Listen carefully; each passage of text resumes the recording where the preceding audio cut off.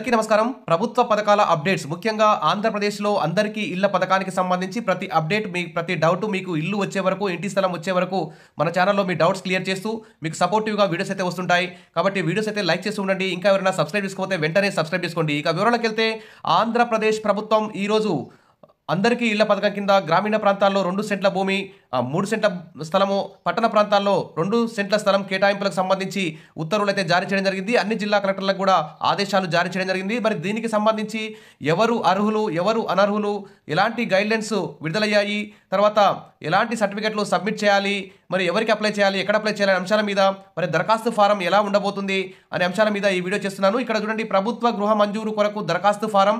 ఇక్కడ ఈ ఫామ్ ఎలా నింపాలో కూడా చివరిలో తెలుసుకుందాం. ఫస్ట్ ఇక్కడ వివరాల్లోకి వెళ్దాం. వెళ్లే ముందు వీడియోస్ మాత్రం ఒక లైక్ అయితే చేయండి.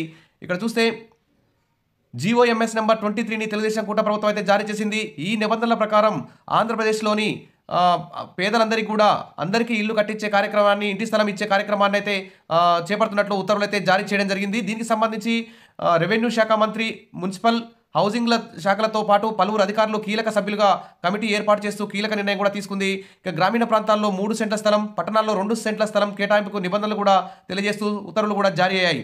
మరి దీనికి సంబంధించి గైడ్లైన్స్, మార్గదర్శకాలు అంటే ఇవే.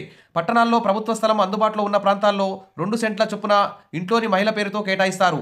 ఇక పట్టణాల్లో ప్రభుత్వ భూములు లభించని చోట ఏపీ టిడ్కో, యుఎల్బి, ఇతర ప్రభుత్వ ఏజెన్సీల ద్వారా నిర్మించి ఇవ్వాలని నిర్ణయించారు.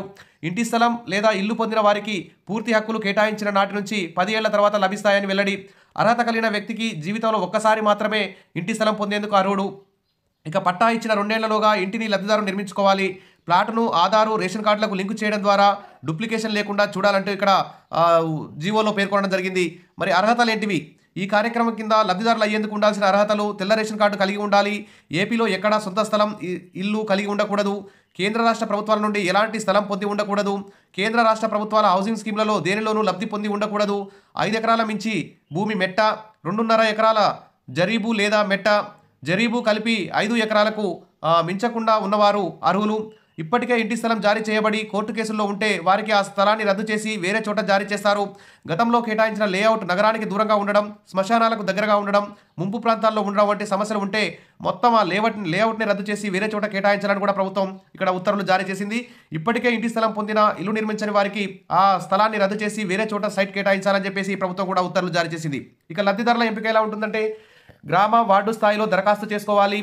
విఆర్ఓ, ఆర్ఐల ద్వారా విచారణ చేయించాలి. లిస్టును గ్రామ, వార్డు సచివాలయాల్లో ప్రదర్శన అభ్యంతరాలు కూడా స్వీకరించాలి. తుది జాబితాను ఎంఆర్ఓలు, మున్సిపల్ కమిషనర్లు సిద్ధం చేసి జాబితాను కలెక్టర్లకు పంపాలి. లబ్ధిదారుల గ్రామాల్లో భూమి లభ్యత లేకపోతే పక్క గ్రామాల్లో భూమి స్థలం కేటాయింపు కూడా కలెక్టర్కి అధికారం ఉంటుంది. ఎవరైనా నిబంధనలకు వ్యతిరేకంగా పట్టా పొందినట్టు తెలిస్తే వెంటనే రద్దు చేయాలని నిర్ణయించారు. 2 ఏళ్లలో నిర్మాణం చేపట్టని ప్లాట్లను కూడా రద్దు చేసే అధికారాన్ని కట్టబెడుతున్నట్లు ఉత్తర్వులు అయితే వెల్లడించారు. మరి కాగా ఇటీవల జరిగిన ఏపీ క్యాబినెట్ సమావేశంలో అందరికీ ఇళ్ల పథకం కింద పట్టణ ప్రాంతాల్లో 2 సెంట్లు, గ్రామీణ ప్రాంతాల్లో 3 సెంట్ల భూమి చొప్పున ఇళ్ల పట్టాల పంపిణీపై చర్చ జరిగిన విషయం తెలిసిందే. అందుకు మార్గదర్శకాల జారీకి కేబినెట్ ఆమోదం కూడా తెలిపింది. అందుకోసమే గత ప్రభుత్వం పేదలకు సెంటు స్థలంలో ఇల్లు కట్టించేలా ప్లాన్ చేసిన విషయం తెలిసిందే. సెంటు స్థలం ఇంటి నిర్మాణానికి ఏమాత్రం సరిపోదని, గ్రామాల్లో పేదలకు 3 సెంట్లు, పట్టణాల్లో 2 సెంట్ల స్థలం ఇవ్వాలని కూటమి ప్రభుత్వం నిర్ణయించింది.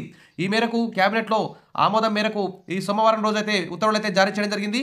దానికి సంబంధించి ఇక్కడ ప్రభుత్వ గృహ మంజూరు కొరకు దరఖాస్తు ఫారం అంటూ ఇక్కడ ఉంది. ఇది గతంలో ఉన్నటువంటి ఫామ్. ఇది నిరుపేదలకు ప్రభుత్వం అందిస్తున్న ఉచిత గృహ నిర్మాణ పథకంలో భాగంగా నా దరఖాస్తును పరిశీలించి నాకు ఉచిత గృహాన్ని మంజూరు చేయవలసిందిగా ప్రార్థించుతున్నాను. ఇక దరఖాస్తుదారు పేరు ఇక్కడ రాయాలి. తండ్రి, భర్త పేరు ఇక్కడ రాస్తారు.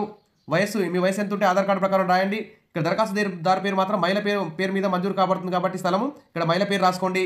కుటుంబ వార్షిక ఆదాయం 1,50,000 లోపు రాయండి. కులం రాయండి. మీ గ్రామం, మీ మండలం, మీ జిల్లా, మీ తెల్ల రేషన్ కార్డు నెంబరు, మీ ఆధార్ కార్డు నెంబర్ ఇక్కడ రాయండి.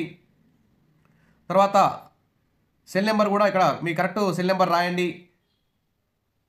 ఈ విధంగా ఇక దీనికి జతపరచాల్సిన తెల్ల ration card xerox, Aadhaar card xerox, ఇంకా సంబంధిత పత్రాలు అధికారులు అడిగినటువంటి పత్రాలన్నీ కూడా సబ్మిట్ చేయండి.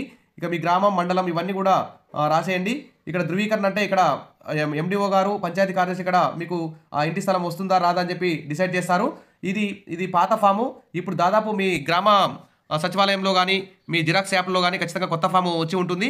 దానికి సంబంధించి ఈ మోడల్లోనే కొత్త ఫామ్ వస్తుంది. ఆ ఫామ్ నింపి వెంటనే అప్లై చేసుకోవడానికి ప్రయత్నం చేయండి. అప్డేట్ రాగానే అందిస్తాను. మొత్తం ఆఫ్లైన్లోనే అప్లై చేసుకోవాలి, ఆన్లైన్ అయితే లేదు.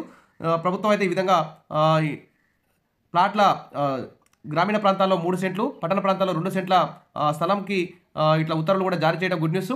దీనికి సంబంధించి ప్రతిరోజు మన ఛానల్లో అప్డేట్ వస్తుంది. కాబట్టి మీరు తప్పకుండా సబ్స్క్రైబ్ చేసుకోండి. వీడియోస్ అయితే లైక్ చేస్తూ ఉండండి. Thank you.